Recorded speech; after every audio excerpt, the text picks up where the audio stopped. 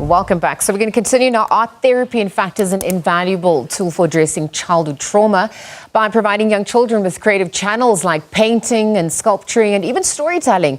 It allows them to express their emotions that they may struggle to articulate, reduce stress, and also build critical social and emotional skills. Nadia Lubowski, director at the Anton Lubowski Educational Trust in Philippi in Cape Town, runs an art therapy session to help children within disadvantaged communities learn just how to handle difficult situations better. So she joins us now virtually to share a little bit more on that program. Nadia, good morning, and thank you for joining us here on the SABC at this hour. Hi, good morning. Thank you for having me. Nadia, the power of art. I mean, it's obviously powerful. It's a powerful means of allowing people to express themselves. Talk to us about that in terms of children, particularly when they haven't formulated enough words to express themselves adequately. Yeah, so I mean, art and stories actually give children and adults access to the parts of the brain and the body that they normally wouldn't be able to access without it. It basically engages the safety system and allows them to express themselves in creative ways, yeah. Yeah, and so developing their creative thinking, I'm just looking at the country at large, the landscape. I mean, there's a high proportion of children living within disadvantaged communities, and they've been exposed to forms of trauma. Perhaps you could speak to the program and, you know, how it's assisting them at large at this point. So the reality of South Africa is that children are faced with high levels of trauma every single day of their lives. I lost a father in front of our house. He was assassinated in front of our house when I was 9 years old. And through experience and sort of trying to deal with my own trauma throughout my life, I really understood how the trauma sits in the body. Because as a 9-year-old, you can't process that level of trauma. You can't process what actually just happened, and especially if it's violent acts. So for instance, I started my job as a kindergarten teacher in Philippi, and there was a little boy that kept coming to school, and he kept riding his bike round and round the little courtyard that we had. And in then talking to him and trying to access what was going on for him, he then, it came to light that he'd actually watched his father getting stabbed. And that little child like that cannot actually process something like that. So what art therapy does is it engages the safety system and actually can bypass certain cognitive didactic ways of thinking and actually allow the child to get into the body. And once it's able to be in the body, it can actually relax and calm down, and the whole nervous system can come to a much more, equal sort of homeostasis, so to speak. So the work that we do is actually with children and adults, because one of our big focuses is to build support systems around children. So talk to us a little bit more about that. I mean, the initiative having focused on both children and adults. How different are the two processes in terms of the art therapy available? They're not really that different. I mean, with adults, you can use a little bit more talking, but they're not that different in the sense that all these creative means of art, painting, storytelling, sculpturing, movement, dancing, all these kinds of things are good and very important for all of us as adults and children. Yes. With children, maybe we just use slightly more stories to kind of get into that creative aspect, even though with adults too, there isn't really that much of a difference. But like I said, it's slightly more talking with the adults and kind of explaining a little bit more.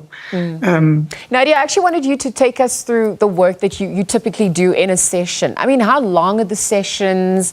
How patient does one also have to be? I mean, there needs to be the element of trust and building that rapport, consistency as well to create those safety mechanisms. But talk to us about how it's structured and really what goes into a session.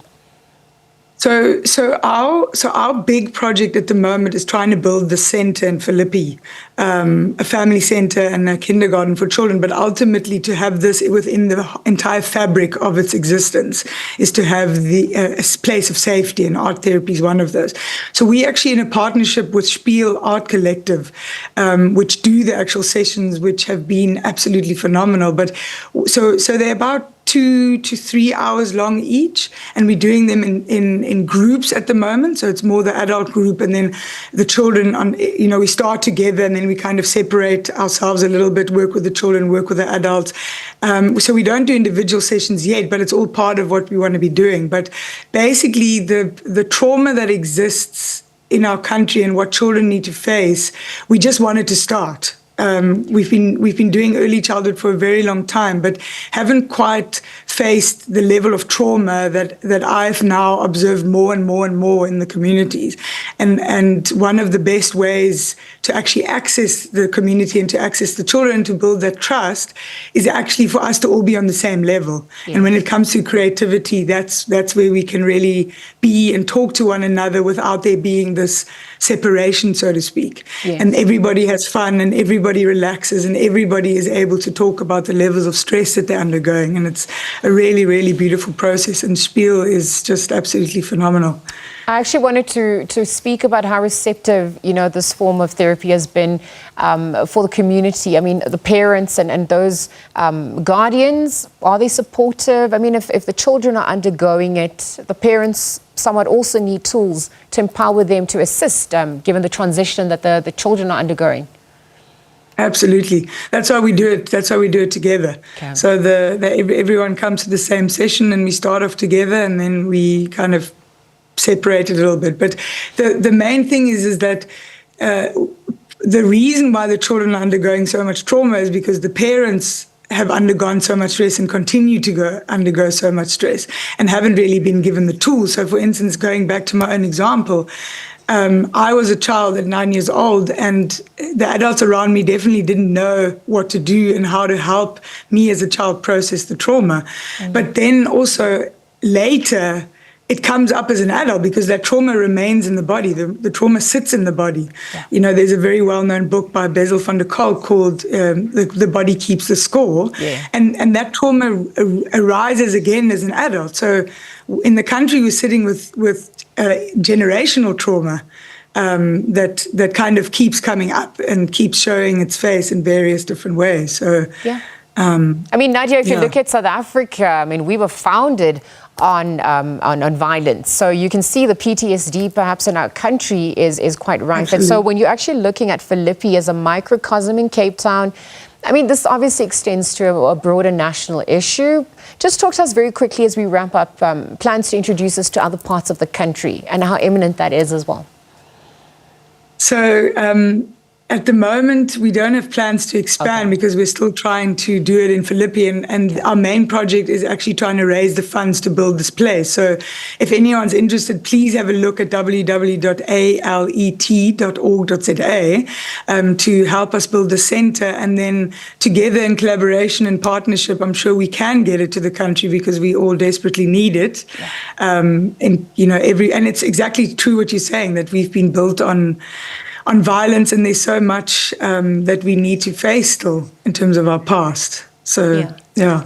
Well, Nadia, thank you for your time this morning, and thank you for the work that you are doing. And we're wishing you all the best of luck, perhaps as we start this new year and continue to heal, our children who are the future of our nation. Again, as we leave that conversation there, we're just chatting to Nadia Lubowski, Director at the Anton Lubowski Educational Trust, just explaining how the role of art therapy in early childhood education helps with healing traumas and also building resilience in both children and adults alike.